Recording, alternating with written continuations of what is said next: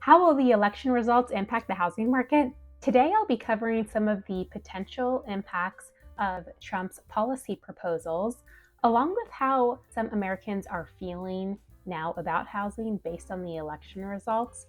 Plus, we'll be talking about some predictions for 2025, as well as what's going on with interest rates. This video is intended to be a synopsis of potential policy implications. I'm not going to talk about right or wrong, good or bad, or give my personal opinion. Maybe you are personally thrilled with the election results and maybe you're very upset. But either way, the results are in and we are here today to talk about it. Let's get into what Trump's win means for the housing market.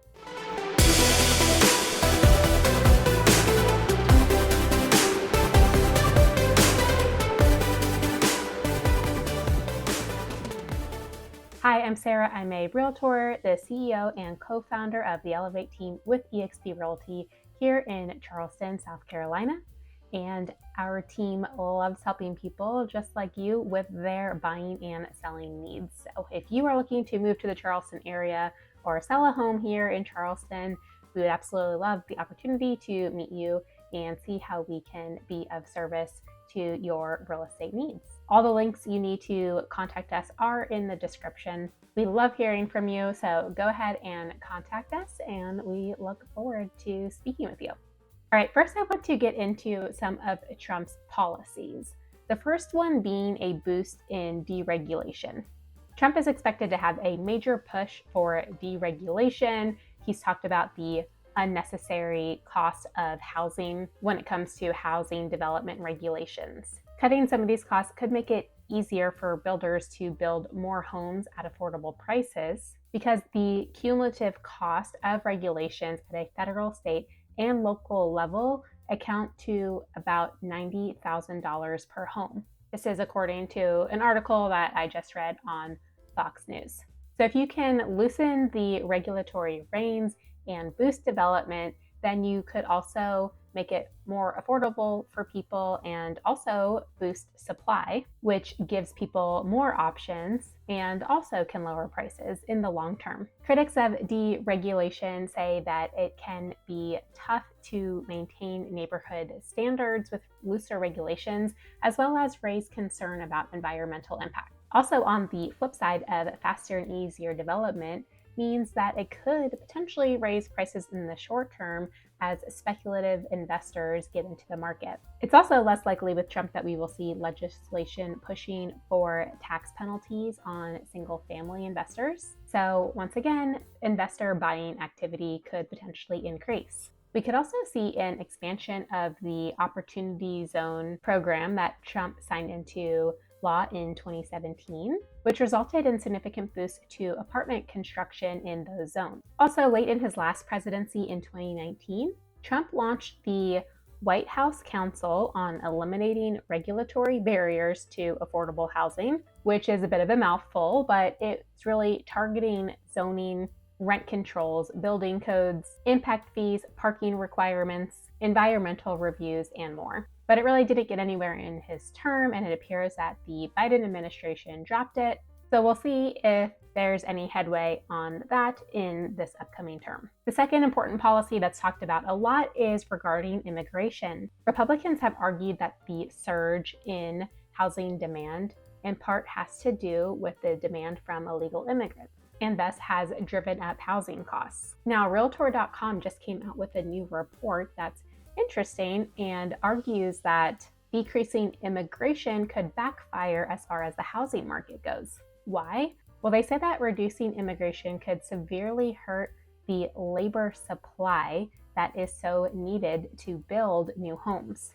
The analysis points to data from the National Association of Home Builders, indicating that up to a third of residential construction employment comes from foreign-born workers. So therefore, fewer immigrants could slow the new build activity and squeeze the inventory, thus raising prices.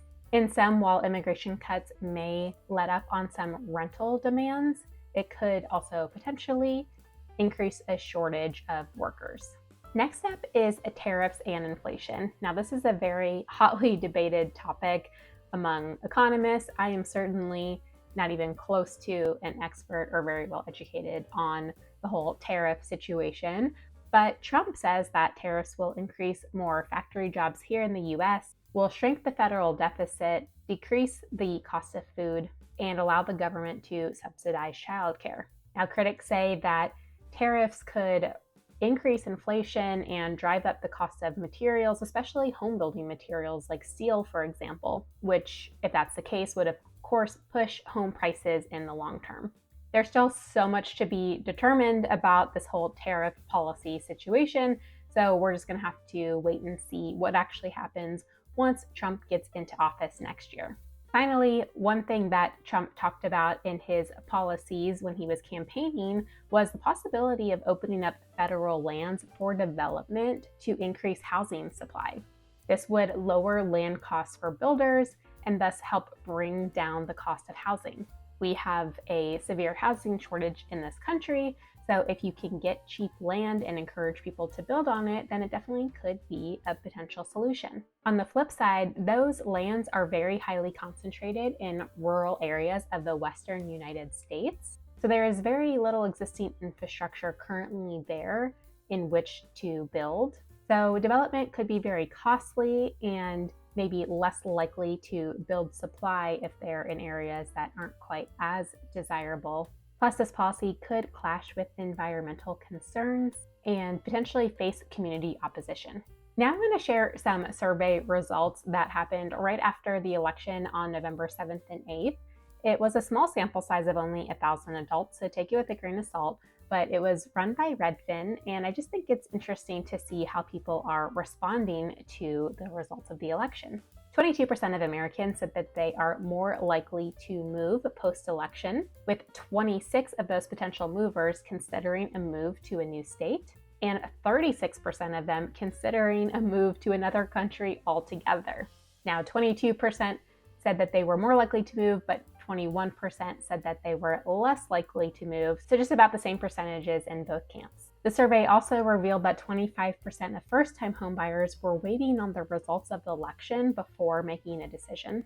27% of people said that they are hesitant to live in an area with very differing political views than their own. And of those considering a move to a different state, 26% of those people were Democrats and 21% were Republicans. I share all that because it just can't be denied that the election results are indicating where some people are choosing to live or not live. State laws and community values are definitely impacting where people choose to call home and build their lives. I personally am really happy that the election is behind us now. I just want to move forward, and I think that people really love predictability. And in any years leading up to an election, there's so much uncertainty. People get really nervous. They get very caught up in the election cycle. So now that we know who the president-elect is, like it or not, at least you know who it's going to be, and therefore you can make informed decisions with data versus speculation. In fact, home sales have increased after every election since 1992. Data from both the Department of Housing and Urban Development and the National Association of Realtors shows that in 9 of the past 11 presidential elections, that home sales activity has increased the following year. Now, why is this? There could be a lot of reasons, but I do think that people just having certainty does have a lot to do with it. Next, I want to move on and talk about interest rates. Where are they at and what's predicted to happen with them? Well, back in September, the Federal Reserve cut the federal funds rate by 50 basis points, which is 0.5%. Then in November, they reduced the rate again by 25 basis points, which is 0.25%, bringing it to a range of 4.5 to 4.75%. Now note that that is the federal funds rate, that is not the housing interest rates. Recent adjustments were very much in line with expectations for what the Fed was going to do at these recent meetings, and the decisions were actually unanimous among all 12 members. 2 key factors really influence this. One is that inflation is getting very close to the target number of 2%. And second, the labor market is slowing with a rise in unemployment, below average hiring, and a cooling payroll growth. So this recent cut could ease some pressures on the economy overall, but it's actually unlikely to have a big impact on interest rates for housing. Mortgages are tied to bond yields, and bond yields are going up due to a rallying stock market, and there is less recession fear, while also potentially seeing a renewed inflation risk. A lot of the changes in the bond market are due to positive economic data and the election, but of course, we won't know the full scope of Trump's policies until after he's inaugurated. So we're really just in this waiting period in the coming months, which means two things. One is that rates are likely to stay high around where they are right now for at least the next few months. Right now, they're in upper 6%. And number two, it's very likely that they will continue to fluctuate. It's a bit of a volatile market, and there's these macro political factors going on. So there can be some fluctuations, but they will likely stay high for the foreseeable future. We'll see what 2025 brings. I do think that they will slowly go down over time into the lower 6% as we get further into 2025. All right, now I want to talk about some of the recent data we've seen in the housing market that could be an indicator for what's to come next year. Looking back at October, which is the last full month of data that we have, there was actually an increase of 1.6% month over month, which was the strongest monthly growth we had seen since January of 2022. On a year-over-year basis, that uptick was 1.7%, marking the first annual uptick since November of 2021, according to Redfin.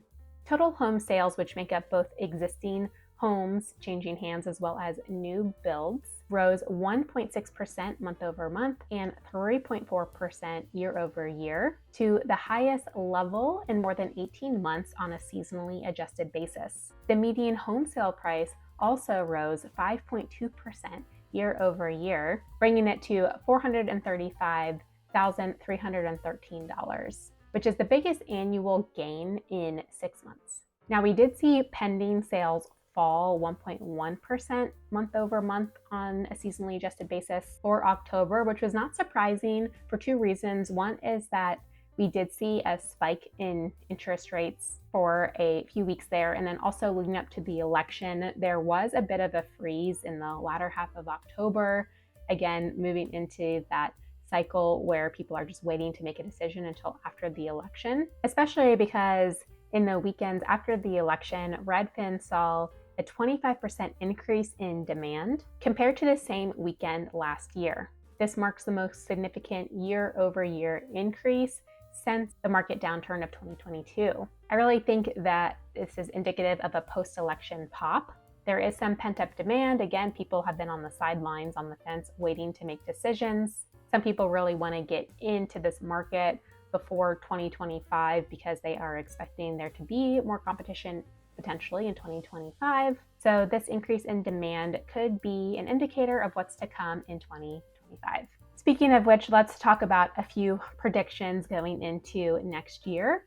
First, when we look at volume, which is the number of total transactions happening in the market, in 2024, we've actually seen the lowest volume since the bubble burst in 2008. Now, at the National Association of Realtors NXT conference recently, its chief economist projected quite a big increase in volume in 2025. He thinks there will be a 9% rise in 2025 for existing homes, which are pre-owned, and then a 13% increase in 2026. He also is expecting new home sales to climb 11% in 2025 and then 8% in 2026. What's behind his prediction? Well, he's thinking there's going to be a stabilization of interest rates around 6% and ongoing job market growth. Also, he's thinking that there's going to be a rise in inventory, of course, more than we've seen in the last couple of years anyway, and all of this can lead to an increase in total sales. Now, I'm not saying that Lawrence Yun, who is the chief economist at the National Association of Realtors, is right. He hasn't always been right in the past. So take all this for what it is, which is just simply a prediction. We know that there's so much that goes into forecasting. It's really hard to do. But for what it's worth, Housing Wire and Altos Research have also predicted an increase in sales in 2025, more modestly at around 5%. Finally, let's talk about predictions for housing appreciation, which is, I'm sure, what you're most interested in if you're watching this video and you own real estate. Among 13 recent forecasts regarding home price appreciation in 2025, there was, of course, a wide range of predictions. You'll see on this graph here that on the low end, you have Moody Analytics at 0.3%, and on the high end, you have Goldman Sachs at 4.4%. The average, if you take all of these together, is 2.6%, which is very normal. Normal appreciation in a normal market is 2 to 3% per year. So it seems like things could really be stabilizing in 2025. Now, in January, I'm going to do a deeper dive looking back at 2024 and then looking ahead to 2025 once we have the entire year wrapped up. So if you love market update videos like this one, you're going to want to look for that in a couple of months. In the meantime, if you're potentially interested in buying a home in 2025, go check out my playlist called Home Buyer Tips.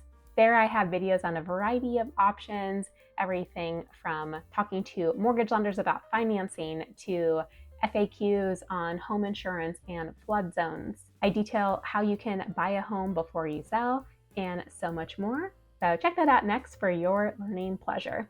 If you enjoyed this video, give it a like and subscribe to the channel so that you can be the first one to know about all things Charleston. Thank you for being here, and I will see you in the next video.